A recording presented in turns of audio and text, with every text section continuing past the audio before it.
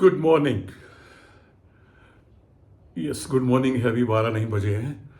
So good morning. सबसे पहले तो अंबेडकर जयंती की सभी को शुभकामनाएं। तो आज छुट्टी है, आप भी रेस्ट कर रहे होंगे, मैं भी रेस्ट कर रहा हूं। और चलते हैं अब क्या चल रहा है ईरान, इजराइल और यूएस में। यूएस के जहाज़ों ने घेराबंदी कर ली है हॉर्मुज रूट की। ईरान ने भी अपनी सेना को तैनात कर दिया है। उधर चाइना को धमकी दी थी, जैसा कि हमने कल बात की थी, कि अगर हथियार सप्लाई किए तो 50% टैरिफ लगेगा। उधर चाइना ने भी धमकी दी है कि अगर हमारे जहाज़ों को रोका गया, चाइना के 55 जहाज अभी वहाँ पर हैं, अगर हमारे जहाज़ों को रोका गया तो अंजाम खतरनाक होगा। ये भी सूचना मिली है, यानी खबरों से ही पता चला है कि रशियन कुछ हेलीकॉप्टर जो है ईरान में उतरे हैं। क्या प्लान है क्या नहीं, पता नहीं क्या होगा, लेकिन मुझे नहीं लगता कि इतनी जल्दी लड़ाई होने वाली है, क्योंकि बाहर निकलना चाहते हैं ट्रम्प साहब। तो तरीका यही लग रहा है मुझे कि संधि का टाइम फिर ये सीज फायर बढ़ाएंगे। और ये भी सुनने में आ रहा है साथ साथ कि 16 अप्रैल को टर्की में इनकी फिर दोबारा से सेकंड राउंड ऑफ टॉक हो सकता है। कंफर्म नहीं है अभी, जब तक ट्रम्प साहब नहीं आके कहते कि हाँ होगा, तो वो हो सकता है। इस बीच में एक और चेंज आया है सिचुएशन में।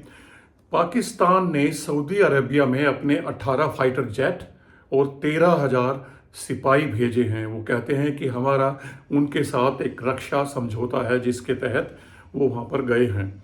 यानी कि अगर लड़ाई शुरू होती है तो सऊदी अरबिया में पाकिस्तान के ये सिपाही ईरान पर अटैक करेंगे, यानी कि एक एंगल और जुड़ जाएगा। उधर इजराइल लेबनान में जारी है युद्ध, अभी रुका नहीं है, वो रोकने को तैयार नहीं है, क्योंकि ग्रेटर इजराइल बनाना है उनको लेबनान पर कब्जा करके, और बाकी सारे जो सो कॉल्ड एक्सट्रीमिस्ट हैं उनको मिटाकर। देखते हैं क्या होता है। तो नज़र बना के रखिए, वेट एंड वॉच। कल तक कुछ खबर आएगी तो। वैसे भी मुझे लगता है कि लड़ाई से शेयर मार्केट इतनी ज़्यादा प्रभावित नहीं होती है। अगर आपने गौर से देखा हो तो ये क्रूड है जो शेयर मार्केट को प्रभावित करता है। तो क्रूड अगर बढ़ेगा तो मार्केट गिरेगी, क्रूड अगर गिरेगा तो मार्केट उठेगी। वैसे भी हमारा जो विक्स था कल काफ़ी बढ़ा हुआ था, 8.75 के करीब। उसके बाद अगर हम देखें तो निफ्टी 208 पॉइंट, गैप अप तो बहुत ज़्यादा खुला था, लेकिन लग सारा रिकवर हो गया, आधे से ज़्यादा रिकवर हो गया, और 2008 नेगेटिव बंद हुआ। बैंकिंग 308 नेगेटिव बंद हुआ, मिड कैप 125 और स्मॉल कैप 250 पे बंद हुआ।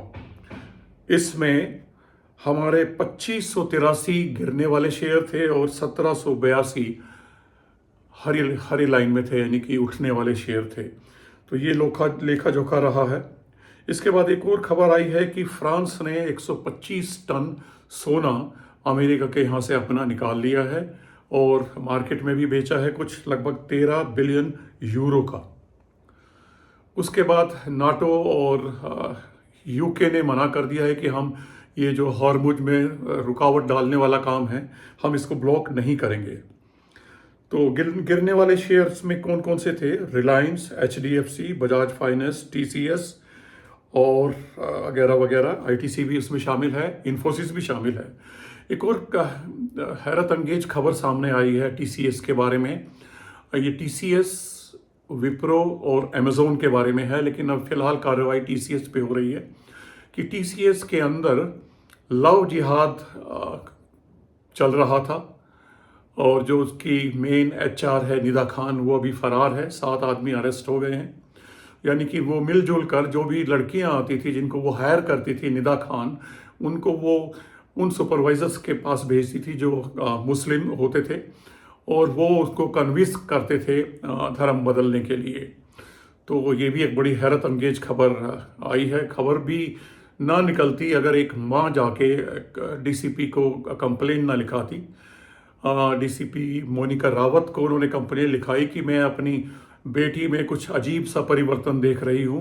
वो ना तो पूजा पाठ करती है, ना वो भगवान का नाम लेती है और इस तरीके से उसकी हरकतें कुछ ऐसी होती जा रही हैं जैसे कि वो मुस्लिम कम्युनिटी से संपर्क रखती हो या उनके साथ जुड़ी हुई हो।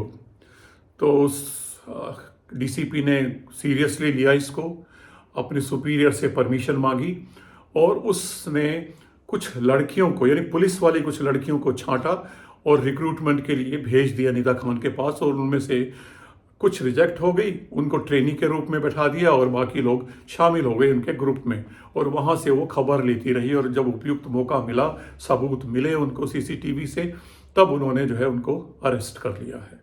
तो ये कहानी बड़ी विचित्र है अपने आप में कि आईसिस के द्वारा पता चला है कि हैंडलर आईसिस है, तो ये काम भी चल रहा है और कहाँ कहाँ चल रहा होगा पता नहीं, लेकिन विप्रो और अमेजोन में भी खबरें आ रही हैं इस तरह की।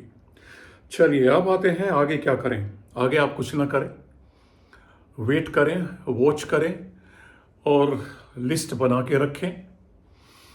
और मॉनसून की भी संभावना बड़ी एवरेज या बिलो एवरेज संभावना जताई जा रही है, तो जाहिर है कि ये भी शेयर मार्केट को झटका देने वाला है। इन्फ्लेशन स्लाइटली बढ़ गया है as compare to previous data, तो इसलिए मौका ठीक नहीं है। यानी कि टर्बुलेंस एक शब्द मैं यूज़ करूंगा, क्योंकि जब हवाई जहाज में बैठते हैं तो कई बार आपने सुना होगा अनाउंसमेंट होती है कि अपनी पेटी बांध कर रखें, क्योंकि जहाज अब टर्बुलेंस वाले एरिया से गुजर रहा है। यानी कि टर्बुलेंस में जहाज ऐसे ऐसे होता है, तो वो टर्बुलेंस वाला एरिया चल रहा है और कोई निश्चित स्ट्रेटजी नहीं होती है आज के ज़माने में। मेरे ख्याल से तो आप सहमत नहीं होंगे शायद कुछ लोग, क्योंकि मैंने एक मैसेज भी पढ़ा था, लेकिन वो ज़माना चला गया जब आप एक फिक्स्ड स्ट्रेटजी से काम करते थे। माहौल के हिसाब से बनाइए, बहुत लंबे रिटर्न की उम्मीद ना करें तो ज़्यादा अच्छा है। अगर आपको किसी स्टॉक स्पेसिफिक में रिटर्न अच्छा मिल जाता है तो आपकी खुशकिस्मती है, लेकिन ओवरऑल ज़्यादा उम्मीद ना करें। सेफ बेट्स में जाएं, लार्ज कैप में पैसा लगाएं अगर लगाना है तो, थोड़ा थोड़ा करके। अदरवाइज म्यूचुअल फंड सेफ है, उसमें अगर आपकी एसआईपी जारी है तो उसको जारी रखिए, specially flexi cap, large cap और उसके बाद मिड कैप और स्मॉल कैप का एक ही, यानी कि ज़्यादा से ज़्यादा 3 फंड रखिए आप, इससे ज़्यादा मत रखिए। लार्ज कैप की बजाय अगर नहीं चाहते हैं तो आप निफ्टी इंडेक्स में भी ईटीएफ में लगा सकते हैं। और सोना चांदी का तो अभी इंतज़ार कीजिए, चांदी 75 पे है और सोना है लगभग 4700, कहाँ गया पता नहीं, 4731 पर। तो ये अभी खरीदने का समय नहीं है, इंतज़ार कीजिए।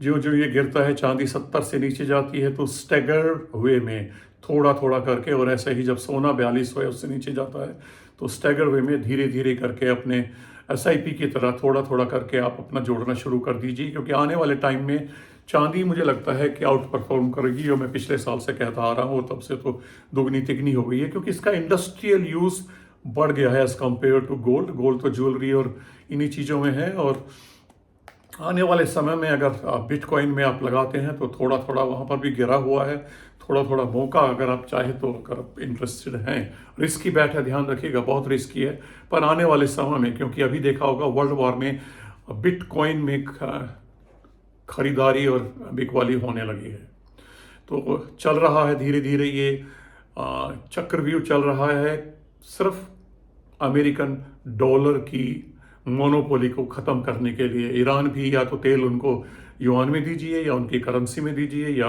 बिटकॉइन में दीजिए, तो इस तरीके से चल रहा है। तो थोड़ा सावधान रहिए, कोर पोर्टफोलियो को ना छेड़ें, लेकिन देखते रहें।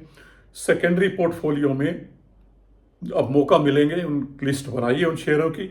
कुछ का इशारा मैंने भी आपको दिया था, मैं दोबारा से उनके ऊपर भी और कुछ और शेयरों के ऊपर भी नज़र बना के रखे हुए हूँ।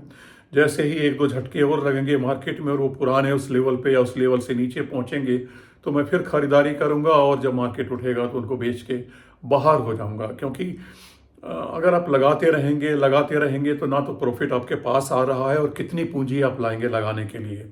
तो जाहिर है कि आपको इसका रोटेशन भी बहुत ज़रूरी है, पैसा घर लाना ज़रूरी है, ताकि जब ज़रूरत पड़े तो आप उसको इन्वेस्ट कर सकें और उस मौके का फ़ायदा उठा सकें।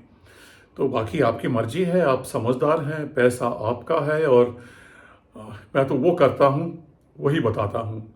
आपके ऊपर है कि आप क्या करते हैं, क्योंकि मैं तो ये मानता हूँ कि मैं बहुत ज़्यादा इंटेलिजेंट नहीं हूँ। तुच्छ बुद्धि और तुच्छ अनुभव के आधार पर जो मैं कहता हूँ वो आपके साथ शेयर करता हूँ। लेकिन फिर भी बार बार जैसे मैं कहता हूँ, पैसा वही है जो आपके बैंक में है, बाकी तो सिर्फ मरीचिका है, मिराज है। कभी भी मार्केट क्रैश होगी और सब पार हो जाएगा वो। चलिए, आज के लिए इतना ही, कल फिर देखते हैं। तब तक के लिए नमस्कार।